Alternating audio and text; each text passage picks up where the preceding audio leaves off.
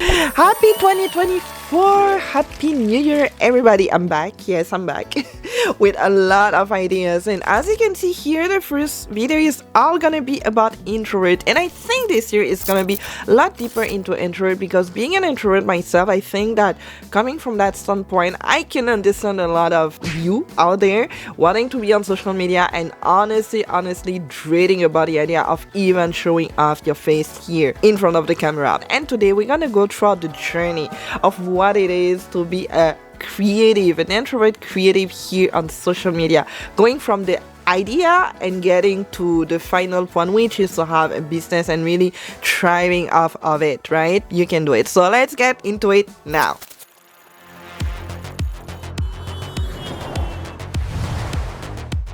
The first step is simple, is the idea, and I think we have a lot of ideas. When it comes to just being an introvert, I think being in your head all day long and honestly overthink about so many things, you are good enough to have ideas. And the first step is to test those ideas around you. If you have people you trust, like your friends, your partners, your family, ask them what they think about whatever you have in mind. I'm gonna give an example here. I've been obsessed with just doing and baking, especially sourdough bread, and it's been my whole holidays, to be honest. I learned how to have and create a sourdough starter, which is a replacement for the chemical yeast that we can use for a lot of bakeries. The idea of just being able to do my own bread was just so wonderful. I really got obsessed with the idea of creating it, understanding it. I literally spent 2 weeks straight, if not more, to understand deeply what it is to actually doing a sourdough bread, and coming from the idea of actually doing the sourdough starter, which is the yeast, and then after that to be able to be successfully doing the sourdough bread. And I'm telling you, my boyfriend will tell you that I'm obsessed now and he loves it.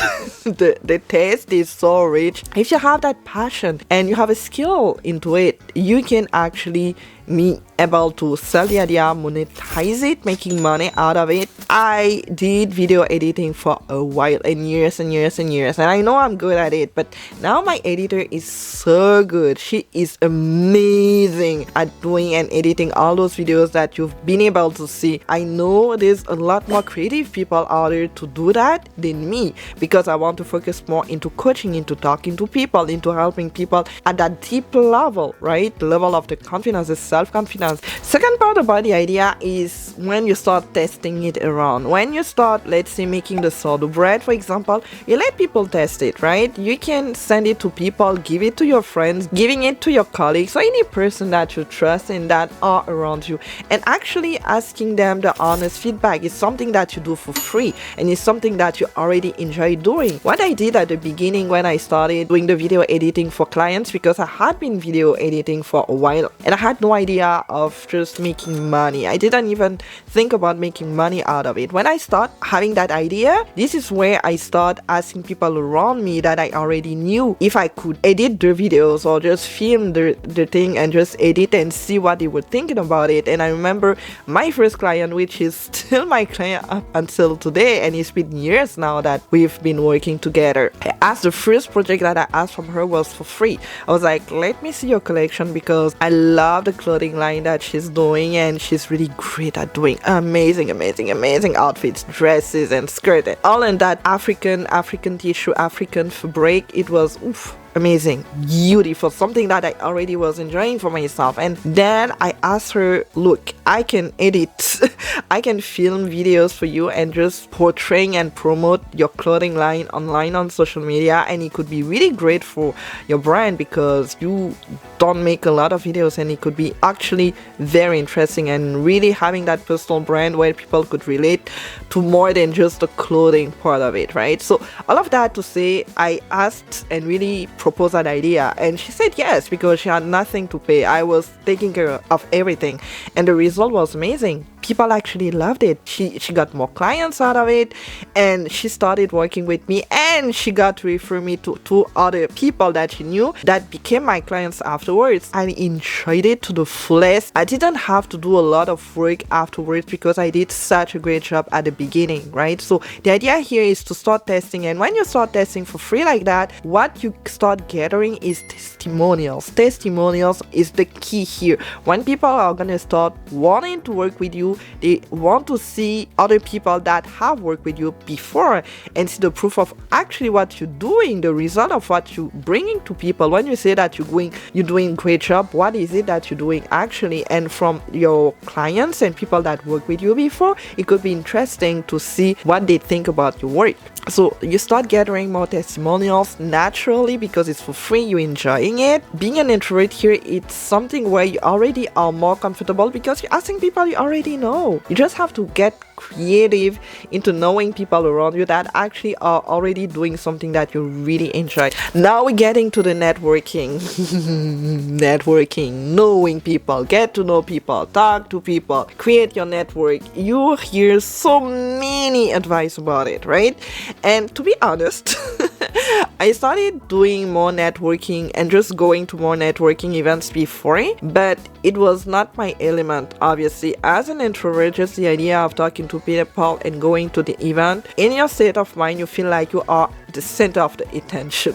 You're gonna go there and everybody is gonna look at you as in, what are you doing here? Do you have to talk? Do you have to initiate the conversation? You have to really be the person to be more into the spotlight, and that's probably the thoughts here, right? And I want to tell you that it's probably more a thought error than anything else, because when you get to be part of those events, you're starting to be the person that start asking questions. You're not becoming the main thing, right? You're becoming the person that let other people get that spotlight, and you're just hearing and listening whatever they say. And as an introvert, you have that power to just let people be in front of the light and being the spotlight and just asking questions, and naturally it's gonna come back at you. But what I wanted to say here is that beyond the networking event, what I think helped me the most to be more social was to start with things that were already familiar with me.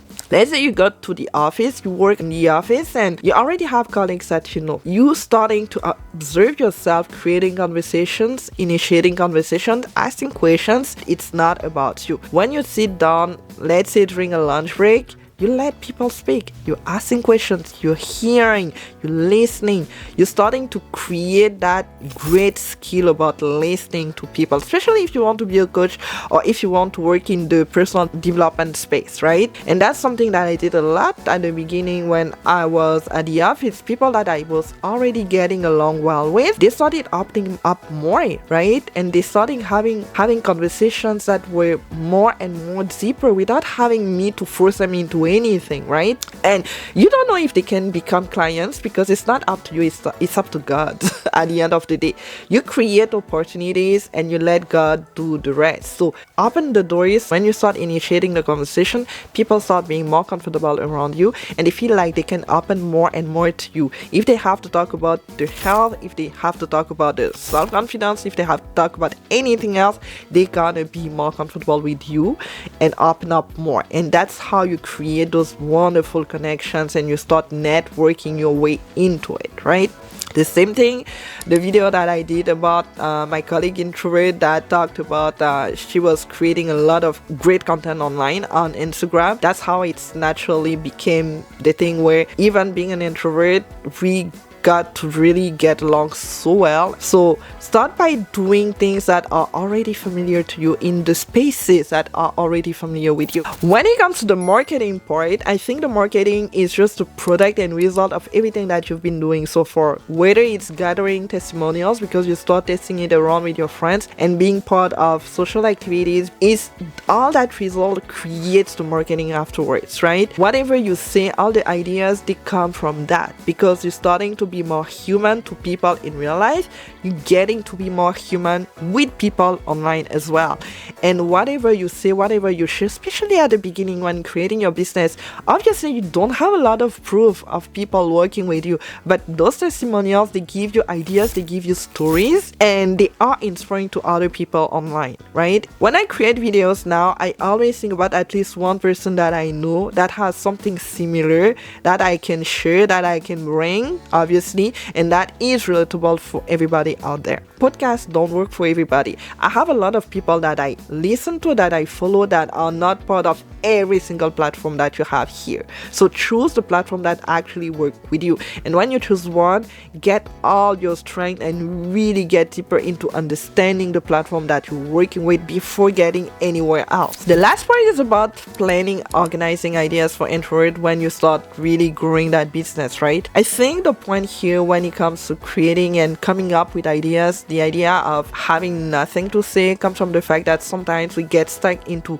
something so specific that we don't see anything else. Let's say you want to make a business about baking sourdough bread because you're so obsessed about it. Get to have that bigger vision of what it is and what it means to bake sourdough bread for you. Example, for me, when I started just having the idea of making more of that sourdough bread is because I wanted to be healthier, right? I still wanted to eat my bread because I love the bread. I think it's the French side, probably. And I couldn't get rid of it, but I was like, I have to find a way to just balance having something a little bit more healthier rather than just having the white bread that has nothing. And you can feel the difference. I got out of that vision and really be like, this is the sourdough bread is the main thing. I'm gonna talk about it. It's healthy, and because it's healthy, it gives me that layers where I can share more about me being more into the healthy lifestyle, where I want to do more of activities. I want to go to the gym. I want to run more. Got to be more active into doing my things and how it's important for me.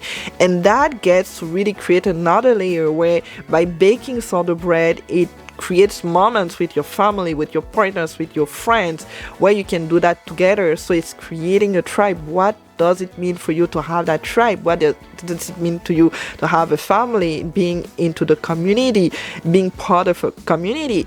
It opens so much of layers for you just talking about the sourdough bread, that when you get to have that bigger vision rather than getting and stuck into everything related to sourdough bread only, you're starting to have more ideas connecting with that. And the point of being on social media is to be human like that. Is to be where it's not just you talking about the sourdough bread, but it's you being you, loving sourdough bread, but doing anything else around it.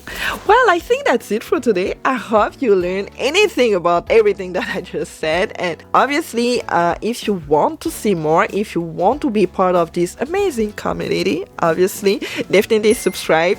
Definitely comment down below if you have any idea, if you want anything you want to see here on this channel. Definitely get down below and let me know. And obviously I'm having interviews this year, so if you have a journey, a creative journey you want to share with me, you want to share with us here on this channel, definitely don't be shy.